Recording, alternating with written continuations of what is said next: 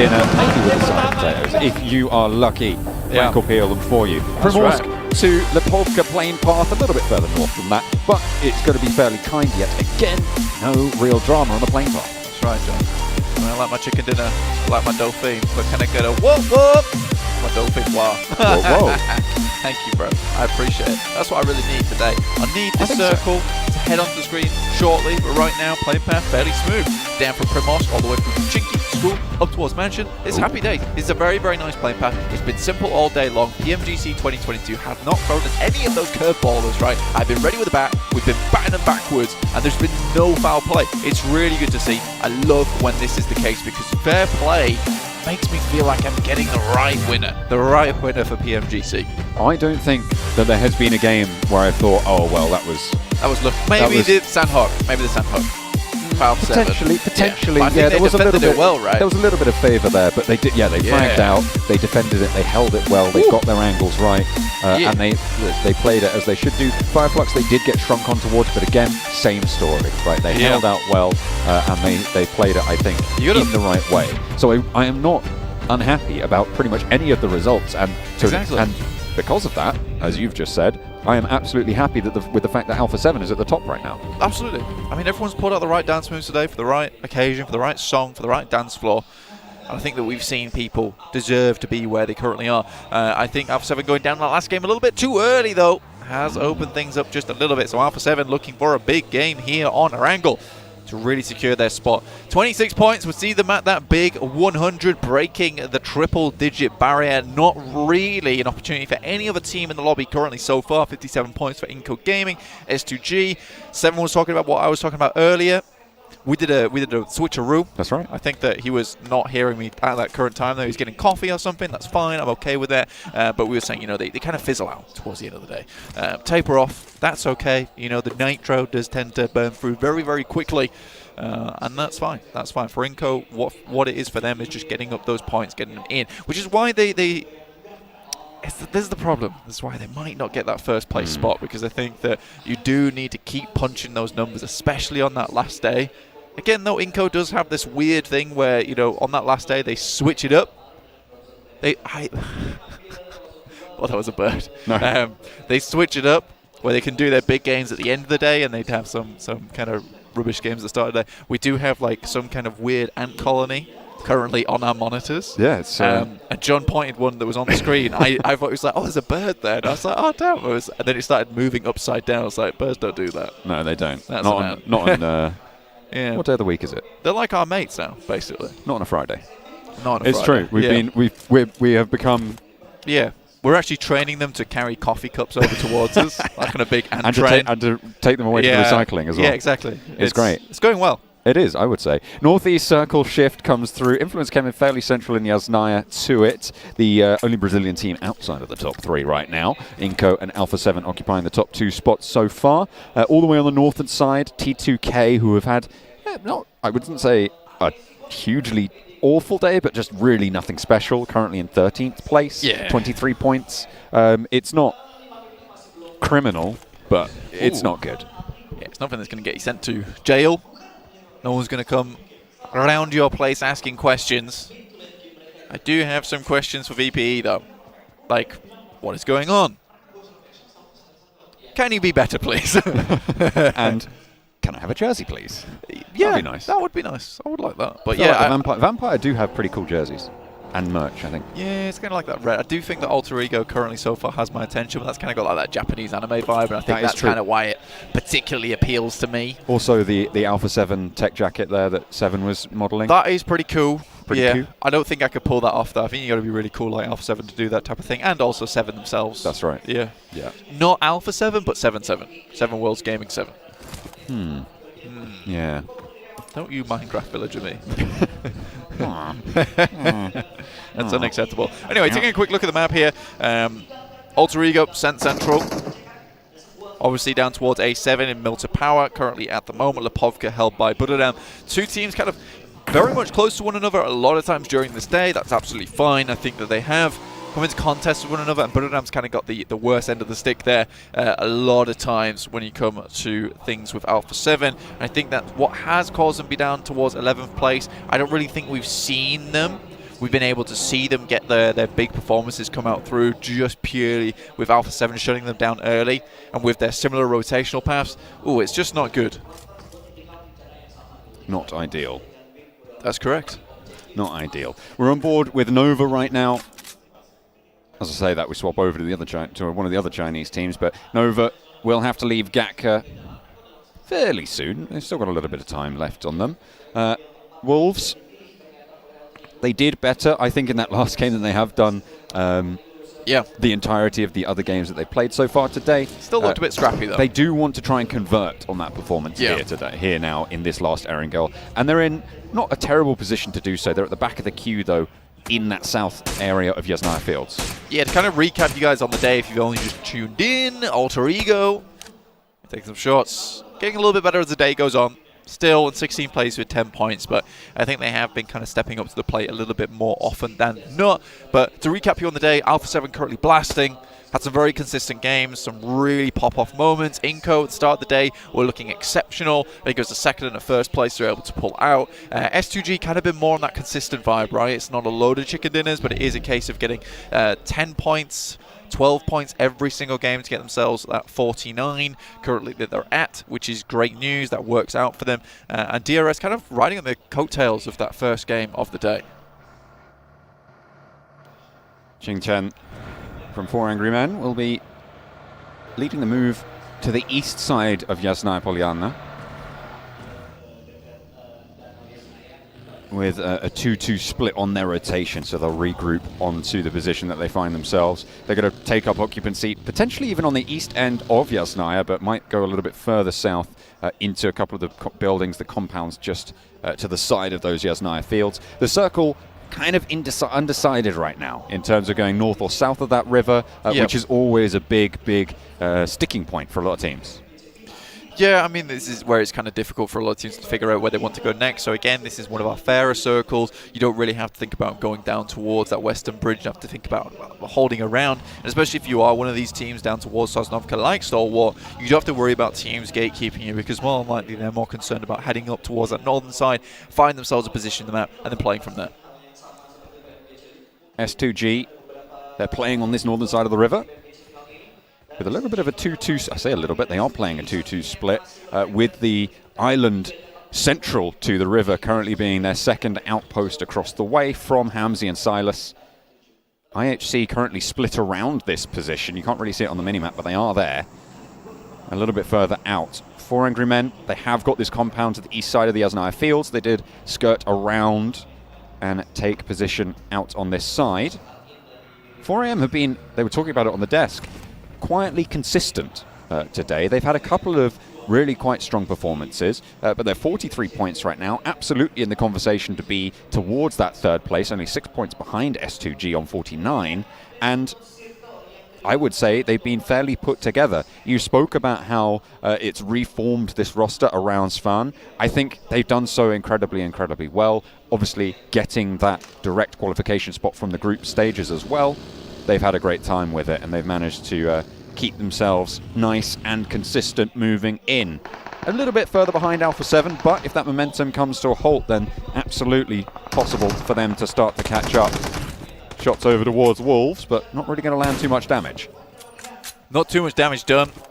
You're right, though. 4AM have been able to really regroup and reform fantastically well. Happy with the performance they've been able to put out so far. 43 points. It's unfortunate losing a player, though. That is to Alter Egos. Along the way, Inco also could be taking shots towards them. But again, this kind of circle, Yasnaya up towards that northwestern side. There's a nasty fielded area up there, that kind of pizza slice you don't really want to get too much into, but there's also the fielded area down towards the south side of Yasnaya. I think most teams would be preferring this headed over towards the west side of the circle. Give them a lot more opportunity to play, a lot more opportunity to take some, I'd say, preemptive action, you know, holding on the sides of the bridges, taking some positions to hold out, rotate. If you head over towards Yasnaya, it's just going to be a free-for-all who can get into Yasnaya compounds the fastest and the best ones. Inco needing to keep up the pace. We spoke about it at the start of the day, and Seven highlighted it as well over on their desk just before. This is a team that they've started out strong today. We absolutely knew that they were capable of doing that, but we were worried, and you said this as well, that they do fall off, they lose that momentum in a way that some other teams, like Alpha 7, kind of don't do. And we've pretty much seen that come to pass here. In the final game, though, they still find themselves in second place, so maybe they can reset for tomorrow. Yeah, again, this is what I was talking about at the beginning, is they will continue to do well, and I think for Inco, honestly, a top 3 spot would be fantastic. That would be really good for Brazil. It would be really good for them in general as a team. I just don't know if they've got the chops on them to take that first place. If they have the chops on to continue this kind of performance through day 2 and day 3. They've proven me wrong more times than I can count, though, so I'm not willing to count them out just yet. So we'll wait till that last day. And I think for Inco, this is just a case of a wonderful story unfolding in front of us, and hopefully, you know, these 2 Brazilian teams towards that top side can continue to duke it out for that first and second place. Inco central position. They have a compound to the west side of the Yasnaya fields. They're in probably a prime location for a south side circle shift to go to the south of the river. If it goes north, though, they might struggle just a little bit. We might even see them try and go through the river and ford the river between the 2 bridges, because if they send south, they'll hit opposition. This is going to be a south shift, though, and won't be too much of a problem for Inco. Yeah, this is horrible. This is real nasty. It's not good for any teams. Yasnaya, Poliana practically cut out at this point in time. I don't think a lot of teams are going to be thinking this is going to be defined upon Yasnaya. This is most likely going to be around the fielded area. Obviously, the road size that meshes through on the map. It's going to be a rough one. It's going to be very, very difficult to play. S2G, though, can wrap round Yas Lake. So can Fireflux. The 2 Turkish teams taking very similar rotations at the moment. See exactly who could find the better position. Fireflux, though, rotating 2-2 currently with S2G at a full 4-man. So you might see Ketch and Lutz get into a bit of trouble. Scry, though, the first one to tangle with a Mini 14, the wrong end of one anyway. Not going to have a good time with that. S2G have managed to get around the headland to the east side of the Yasnaya Lake. Behind them, as you said, Fireflux just a little bit behind on the queue. Wolves get spotted out, and actually Memory is going to be flushed away. T2K on the north side of the position held by Inco on those hills near the bridge crossing to the west of Yasnaya. T2K will spot the Wolves, and the Wolves are kind of penned in at this stage in their position. They can't really find a way out without having to take a fight. Yeah, this is... you push the Wolves into a corner. You kind of don't want to be around for this. Depends if you can continue to move forward, maybe try and take them out on a very aggressive push, but I think at this point in time you just leave them there, happy with the knowledge of their position, try and pick up somewhere better to play from. Inco, really nice spot at the moment. Very, very, very good spot within the circle. And it is surprised me. A lot of these teams tend to be playing these outer edges.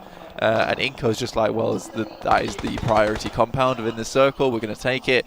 And I think it just is that sense. So a lot of these other teams are assuming that it's already taken at this point in time. So essentially the only team that is taking it is Inco, because everyone else thinks it's already taken. I kind of like it. It's a bit of a weird false sense of security for Inco, though, because they are just sending towards these spots, and I think it's more careful gameplay by a lot of these other teams that is allowing these positions to be open. But hey, what the hell, if Inco can take that and they can play from that position, let him. Law has been forced into an engagement here, but is navigating it fairly well and successfully, I would say. Fireflux should know that he's behind the wall, but he can put a nade through. That's perfectly placed, but Sulke just about shimmies out the way, has another one in the pocket, and can look to throw that one down. Ketch wants to suppress, but it bounces back in the wrong form, and doesn't quite burst out. Spots the player jumping out. Sulke, position known, can't quite thread the needle under the vehicle. Molotov over, forces the fight, and Law now doesn't really have too much backup from across the way. Out in the field, the teammates need to stand strong, and it looks like they're going to try to do so from the tower. They're looking for suppressing fire on over, and Sulke wants to move out to get these reses. A lovely little headshot through the window, but Solus is flushed. Law is answered on towards as 4 angry men move into the Wolves' position. WWX goes down, so does Fan, and that is a really swift wipe over onto 4 angry men. Nicely found there, and the Wolves stay alive. 4 eliminations coming through for the Chinese squad that direct qualified with invite. Over another Chinese squad. Going to be going down as well, potentially, if Fnatic has anything to say about it. And Nova fall. Alter Ego, 4 eliminations, meaning they picked up all 4 members of Nova, the current reigning champions. I think if anything's a win today for Alter Ego, that one right there is it. Fantastic stuff from them. What an aggressive push. And again, we should maybe see a little bit more of that coming out from Alter Ego. It's worked a fair few times where they have just full sent it. They look like they're very comfortable in a team fight, but maybe a little afraid to take those team fights more often than not. Very well done there to Alter Ego. They're going to be hugely happy with that. They also managed to slam a knock over towards Vampire, so that's going to slow down Vampire's position. With the circle as it is, they have a valuable south side area under their control in the buildings that they occupy. The high ground that they have, valuable, certainly, to be moving on with. Geek Fam, ooh, they've been rolled on down. It's actually not even sure who managed to pick that one up. I think DRS did manage to get the rundown and the flush through. Fireflux, they are getting pressured on towards as they tried to send out to the western side away from Yasnaya, as Influence Kemen do pretty much control the entirety of Yasnaya Fields from the central area. Fireflux will fall down and out of the final game of the day. Match number 6 will end there for them. It's still kind of a horrible position to be in. I think Influence Kemen made the best out of a bad situation, which is a case of we're just going to take shots at everyone who tries to cross this field, because that was exactly what we saw 4AM fall prey to, which is they knew they had to make the crossing, and they had to make the crossing quick, send directly into Wolves, and then you get out of the vehicle, you just have to take that team fight right off the bat. You don't have much time to react. It's just pure mechanical skill in that moment. A nade out the side of the window leaves S2G on 2 players. A lovely nade over the top from Revo, spots Hamzy exactly where they needed him. The flush comes through from Carrillo. Only Mythic has gone down for Alpha 7. And this is how they might want to start their run for 100 points if they're lucky. If they behave themselves, if they've been good this year, maybe they'll be given one. Yeah, very good play there coming through from Alpha 7 so far. S2G, last player standing, tries to pick up the teammate, but Alpha 7, again, is that momentum. They're going to keep pushing it, going forward. There's no stopping this. Kayovsky? S2G just sends in the water. And so does Kayovsky from Influence Kemen. I've no idea where Influence Kemen just came from. They must have sent straight out those fields. They needed to find a way westward, and this is apparently the way they want to go. Unfortunately, Alpha 7 will try and slow them down. 1 knock over towards Alpha 7 leaves 2 active. Same story for Influence Kemen. Federal unlikely to be able to get back, but if he can fall over that headland towards the rest of the players from his team, he should be resable. Unfortunately, the health bar will not support that effort. And 2 players now remain for Influence Kemen. Kelsey swimming in the river under the bridge, and everybody's going to need to shift down south. This is a rip and tear coming through from Alpha 7 so far. They're looking to put the final touches on this northern side circle. Next one heads up central. Still that riverbank is in for the western side. Kelsey could maybe swim ashore and crawl his way in and just play for the end game. Get as many points as possible for S2G with where they're currently placed on the rankings. I think trying to go for that top 6, that top 5 is probably the smartest thing for that boy to do at this point in time. But T2K, Wolves, Inco still holding strong in that compound, but they'll have to move west as well.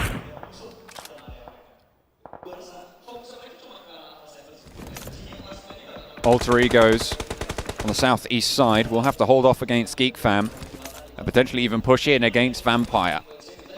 Geek Fam will not be able to slow down here, though. They will have to go over this ridge towards the buildings there. The smokes have bloomed pretty close to Alter Egos. It cuts off the sightlines from up top, but does allow potential close pushes to come through. Vampire's holding off against DRS, trying to swing around wide. And it goes well. 2 players now left for DRS, Delta and Gianti. On the south. Sneaking around, trying to hold it out. Vampire huddled, hunkered down under the watchful gaze of Geek Fam and Alter Egos. Hang on a minute, T2K, they're taking the shots over towards Alpha 7, giving out heavy punishment. Only 1 player left standing. Revo flushed out. Carrillo, the last available for Alpha 7. No 100 points today. Done and dusted. Looked like it could go further. We said that T2K were looking kind of like that team that nothing special came through, but taking down the first place team in the lobby fairly cleanly. It's certainly something to be proud of there. With 7 eliminations, takes them up to 30. Placed them just behind Butterdam so far in 11th place. Great nade. There's a fair bit of damage. Now Lil Boy's looking to send one back. S2G, last player remaining. Oh my goodness me, Kajowski super, super low. You have to stick this, but the nade's coming through. An excellent answer, drop down, evade the nade. Kajowski needs to get res. Can he get it? Can he tag it? Oh, he's managed to fade the nade also. And 2 players stay alive from Influence Kemin. No, what? How did that happen? Was the blue zone there? Did he jump off the res? I think he might have jumped off the res for just a second. It's point in the day, those kind of mistakes do come through. Just a little tap. That's it. That's all it takes. Especially when he's on that amount of HP. Basically as thick as a feather there. Looking down to Wolves. Still going pretty strong so far. Did lose 1 player in the process. VPE also lost 1. I think this would be a good opportunity for VPE to put some points on the board right now from this south side. And if they can, you know, maybe tomorrow is a little bit easier because still, right, 21 points. Only 20 points behind a 5th place here currently at the moment with Geek Fam at 43. You know, there's a real opportunity with a chicken dinner at the end of the day. That 1st place is still in sight. I think when we get through to that 6th game tomorrow, that's where we'll start to see the leaderboard solidify a little bit more. Next circle coming in just a moment, in just a second, and it heads up north, away from Inco. They will have to leave their compound finally, but it goes towards the last player from Influence Kemin and towards T2K with a massive chunk of this next circle available to them. Buradam as well from that eastern side. Inco still going though for Brazil. Sheesh. Look, takes them forward on the Rigo. Goodness me, quick shots, quick fire. Ponbit lights up Micah and lights up Jakarta as well. The crowd goes wild for the shots. Beautiful through the window there. Snipes wants to move forwards, but fantastic. Fnatic going to lead the charge in. Potato with the backup as well. They manage to get the side swipe through. Potato hits the deck behind the wall. Drains the magazines of the defense as well for Geek Fam, and they are not able to land the shots on the answer, but the 2 back players at the back for Alterigo. Oh, gonna go low. Oh no, Potato taken down. 1 player now standing. It's just Ponbit. He was able to do so much from the back before, but now Micah is back up and kicking. Snipes as well, moves forwards. A flush over onto Fnatic. 3 players active for Geek Fam. 1 has been found. Ponbit with a second as well, and that's Geek Fam going down. He stays alive, and Alterigo with the last match of the day. Keep 2 of themselves up, and it's 6 eliminations. From Nova all the way to Geek Fam, they've certainly set themselves a pace here in this final game. Looking to go a little bit further now. Inco, 4 players alive, will have to skirt themselves out of this corner over on the east. Moving up towards Wolves to position. This is where we start to hit those wheels, start getting them screeching a little bit as we pass over that starting line. Go on, Ponbit. The hero for Alterigo, now looking to smoke his cross, but with Inco paying attention to you, you've got to wonder how likely it is you get much further here. Ponbit hits the deck, looks for a heal, but the zone is closing still. It will not tag him before he gets the heal off, and actually manages to stand up, send some shots back towards Inco, and gets on his feet again. Those 2 legs doing so much work. Shimmies behind the tree, stays in it. Squash has yet to find the angle, and finally, oh, a little bit of craziness to end out their day. 6 eliminations. They'll take it. They'll take it. That gives time for Vampire Esports to move over towards that position, though. They certainly got some information from the 3rd party. They were close by enough. Wolves also take a casualty. I think that's down to 2 players now. 5 eliminations. T2K at 8. Really strong spot they're currently holding over towards that northern side, and no one can challenge them. Wolves, 2 players alive against Inco, playing with 2 up the top as well. Becker behind the tree, auto shotgun, wants to move closer. Pickfeet is there, and IHC are pushing in behind the Wolves. Squash is down and close to the Wolves with IHC bearing down upon them. It's unlikely you get Squash back up, but X does get spotted out. And 10 eliminations coming from T2K from the bottom of the tables. They have had a pretty solid match, number 6. Into the top 5 they go. See how much further they can get. Wolves right now. Still looking to send this a little bit closer. Inco. Unenabede still up. Becker. Wolves. Beautiful goes down, and Inco might be able to capitalize on the top of this. Oh, the nade goes over the top. Pickfeet will not continue on that one. I think Nenebete might be able to find the shotgun play. He's still got a pump action shotgun. Surprised about that. Interesting choice, to be sure. Wolves. They've looted nothing. You can see from his gear. Yeah, they must have been completely bare there. Big feet. Oh, no, he knows Beck is there. Cooks the nade. That's almost certainly a knock, and Nenebete will be left alone. Hopefully they spotted where the nade came from. The buggy should be a giveaway, but IHC are pushing in as well. They don't want to let the players here go. Look at that. T2K managed to steal that elimination point away. And a phenomenal game coming through from the team from Nepal as well. Currently influenced Kevin, Lil Boy, on the northern side. Not moved an inch at the moment. May even look for a very good finish here for themselves. Nenebete outlasts the Wolves, but close by there is danger. Legend steps forwards. They don't know he's here. He steps up with a pump action, goes for one. Doesn't get the knock. He turns his attention the wrong way, and now he's going to hit the deck and bite the dust for it. A little bit of a slip. He thought he got the knock instantly, but panic set in, and now we're down to 3. Influence Kemin with Lil Boy against a 4-player roster from T2K on 14 eliminations, and IHC with 3 still pushing in from the south side. An absolute standout game here from Nepal. From T2K, really brought this game home. Influence Kemin still going. This is just 2 players looking down towards IHC. The rest are trying to hold out. That 1 player for Influence Kemin and Lil Boy. This guy is one hell of a snaker though. If IHC can do a lot of work on this south side, even if they go down, that does give Lil Boy a little bit of an opportunity for Influence Kemin to step up further. But no matter what, this is a big point bonus for Influence Kemin. He has 2 himself to deal with on this north side. They've repositioned. They've left only 1 over on this north side now. IHC, they managed to get this red through as well. A lot of pressure being put on here, and the shift goes southwest as well. IHC have the inside track on this flank. Yeah, so technically you also have a potential 1v1, and that knock is absolutely huge just as the circle shifts across. This is going to slow down T2K massively. Another nade launched by Godless. Lil Boy has got a powerful position here. They're right next to each other. Look at that. The off angles for both of these teams here will struggle to find any sort of safety. Everybody dashing now towards this circle. T2K with 1 player down, looking to try and stick this res. Demo, he's on the downstairs, but there's an upstairs threat as well. Jane is there still. Rig moving on in to add to the pressure. And in the midst of it all, do they know that Lil Boy is here? Mark 14 by the bank side, looking to take this chicken dinner home, store it away in the vaults. Demo bandaging up, has the threat above him. Now T2K kind of split off between one another. This was a really good regroup and hold from IHC. From a very tough situation to a beautiful nade that opened up that shift, that rotation over towards this spot where Jane currently is playing. Riggs had to move up though. They're trying to Vict. Demo moves out. This is crazy stuff, and he nades his teammate. Rick, what are you doing? Miscommunication bites them. And T2K losing a forward outpost. That is so much ground for IHC to try and move through. Lil Boy also potential to capitalize on this.